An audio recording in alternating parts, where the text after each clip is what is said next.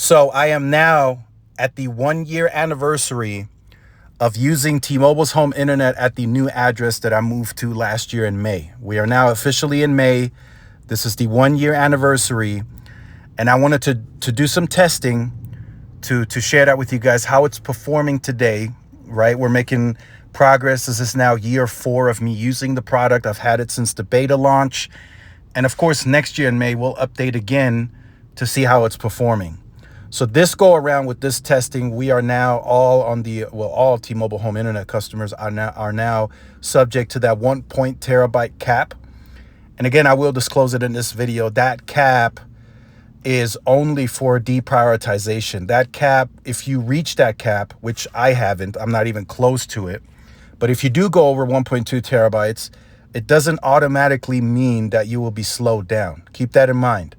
I know there's some people going around saying, oh, this is an automatic throttle, you're automatically being slowed down. No.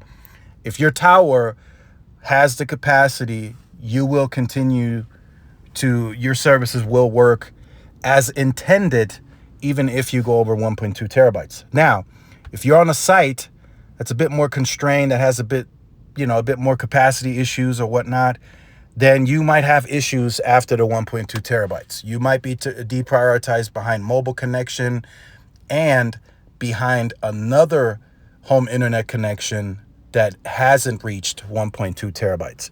And that's why I say the whole thing about T-Mobile's home internet being the lowest common denominator or lowest priority out of all connections, that was just never the case. That's not how it was explained to me. It was always monitored differently on a per market basis, even down to the zip code, I have been told. There's a certain ratio that they use to monitor it. And you can see it here in my performance, right? My mobile connection gets me 3, 4, sometimes 500 megabits per second. I don't get anywhere close to that on the FWA connection. But for me, it's still enough to do all my daily tasks. Like if I want to pop up a movie, it streams right away, 4K or not. If I want to play a game, if I want to download a game, it might take a little longer because the speeds aren't as great, as you can see, but it's still a stable connection. Also, one thing I'll throw in there, it has been in the 4 years that I've had it, I've had 100% uptime. So it never went down. So all the sites, and this is something that I put on my checklist when I looked into the service. I was only going to get T-Mobile's home internet if the closest tower that was the serving tower for the area had a backup generator. And T-Mobile was able to check that off. The last location where I was living, the site had a backup generator. And the new location where I live on the site, they also have a backup generator.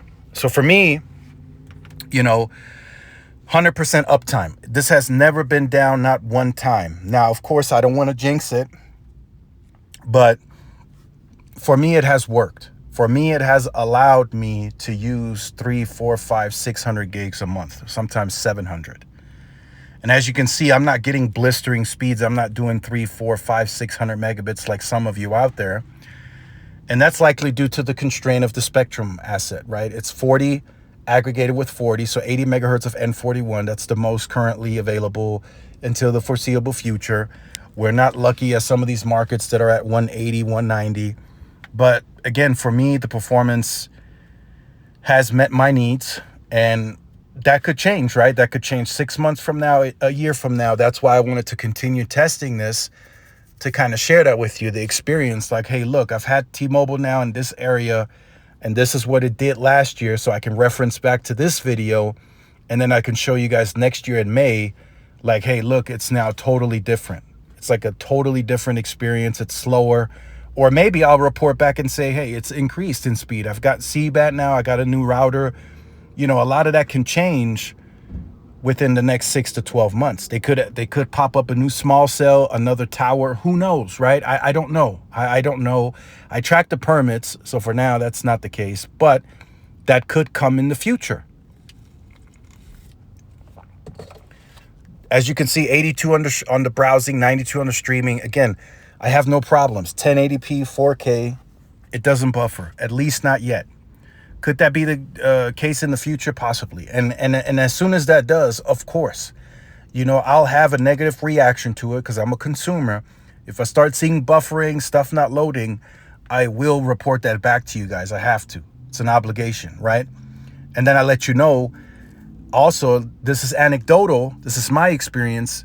If my speeds are slower, if it does start to buffer, that might not be the case for your experience. So also keep that in mind. You might be in a market that has 140 megahertz or 180 megahertz of N41.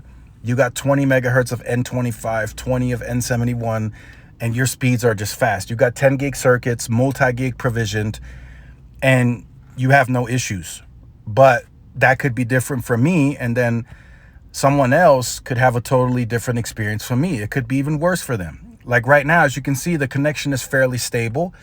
I do at the end, you guys will see, I have times where it does dip into the 15s, the 20s. That does happen. I'm not gonna be one-sided. I'll be objective. I do see that, but it hasn't. So when the speeds are faster, it has allowed a streaming connection to load enough to where it doesn't run into the buffering. But as you can see here, 93, 87 on the browsing. Again, the connection is stable enough for me. Now, if I had several other people that were on this connection, I just don't know how good it would be.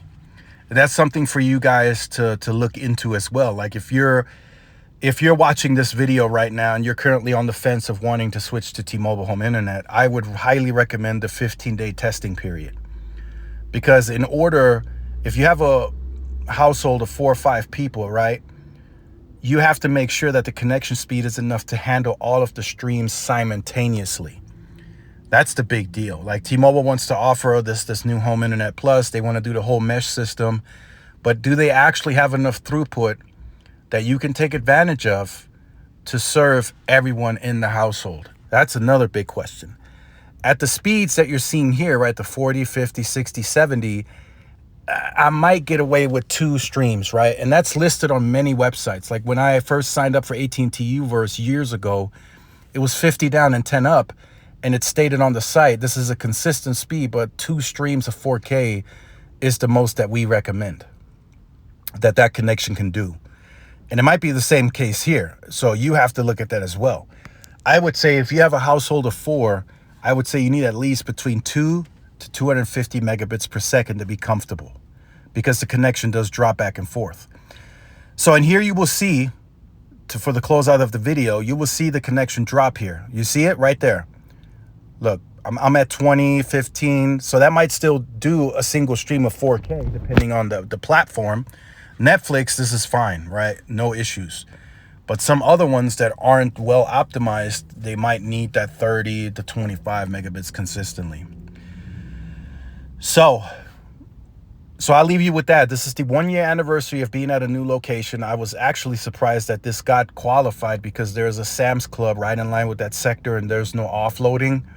So I'm actually surprised that this was approved for the address. So I actually got approved through the actual address of where I'm at. I didn't use another address to qualify. So I'll leave you guys with the rest of the video. Thanks for those of you who stuck around. This is a great update, I feel. Let me know your experience in the comments. I'll leave you guys with the rest of the video. Like, share, subscribe if you're new. And I will see y'all in the next one. Peace.